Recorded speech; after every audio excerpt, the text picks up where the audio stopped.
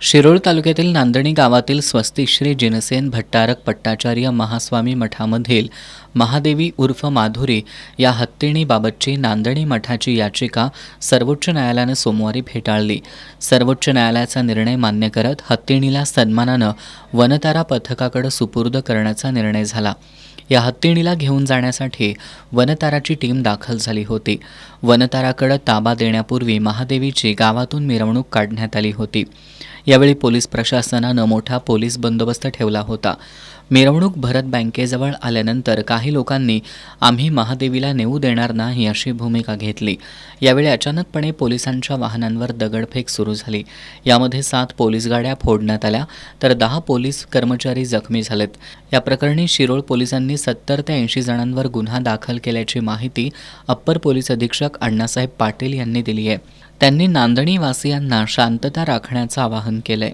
काल दिनांक 28 जुलै 2025 रोजी शिरोळ पोलीस ठाणे हद्दीतील नांदणी या गावी जो मठ आहे त्या मठातील हत्ती त्या ठिकाणी माननीय उच्च न्यायालयाच्या आदेशानुसार एका संस्थेला सुपूर्द करण्याबाबतीत आदेश झालेला होता।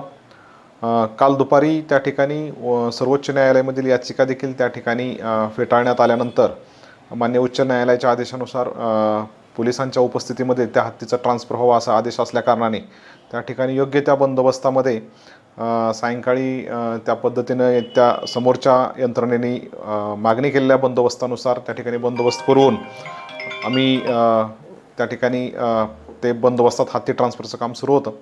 हे सुरू असतानाच त्या ठिकाणी बरेच त्या ठिकाणी गावातील नागरिक व आजूबाजूच्या गावातील नागरिक त्या ठिकाणी जमा झालेले होते आणि शांततेत हे सुरू असताना अचानक काही जमावाने त्या ठिकाणी हत्तीला आणि उपस्थित असणाऱ्या त्या ठिकाणी प्रोसेशनला त्या ठिकाणी ते आडवे येऊन त्यांनी हत्ती घेऊन जाऊ देणार नाही अशा पद्धतीचं त्या ठिकाणी वक्तव्य करून अचानक काही जणांनी त्या ठिकाणी दगडफेक सुरू केली। त्यामध्ये पोलीस वाहनांचं देखील नुकसान झालेलं आहे। त्याचबरोबरीनं या दगडफेकीमध्ये काही नागरिक तसंच काही पोलीस देखील जखमी झालेले आहेत आणि सोबतच आम्ही या जमावाला पांगवण्यासाठी त्या ठिकाणी सौम्य बळाचा वापर देखील केलेला आहे आणि सौम्य बळाचा वापर करून त्या ठिकाणी जमावाला पांगवून हत्तीचं ट्रान्सफर जे आहे ते मान्य उच्च न्यायालयाच्या आदेशानुसार त्या ठिकाणी केलेलं आहे। तसेच या घटनेमध्ये एक गुन्हा दाखल करण्यात आलेला आहे। सदर गुन्ह्यामध्ये आत्तापर्यंत आम्ही 39 आरोपींची नावं त्या ठिकाणी निष्पन्न केलेली आहेत आणि आणखी 70 ते 80 जणांची नावं त्या ठिकाणी अनोळखी म्हणून आहेत, जे आम्ही त्या ठिकाणी योग्य त्या प्रक्रियेने व्हेरीफाय करून त्या ठिकाणी सदरची नावं आम्ही निष्पन्न करणार आहे आणि ज्यांनी कोणी कायदा हातात घेतलेला आहे त्यांच्यावरती कडक कारवाई करण्याचं धोरण त्या ठिकाणी आहे।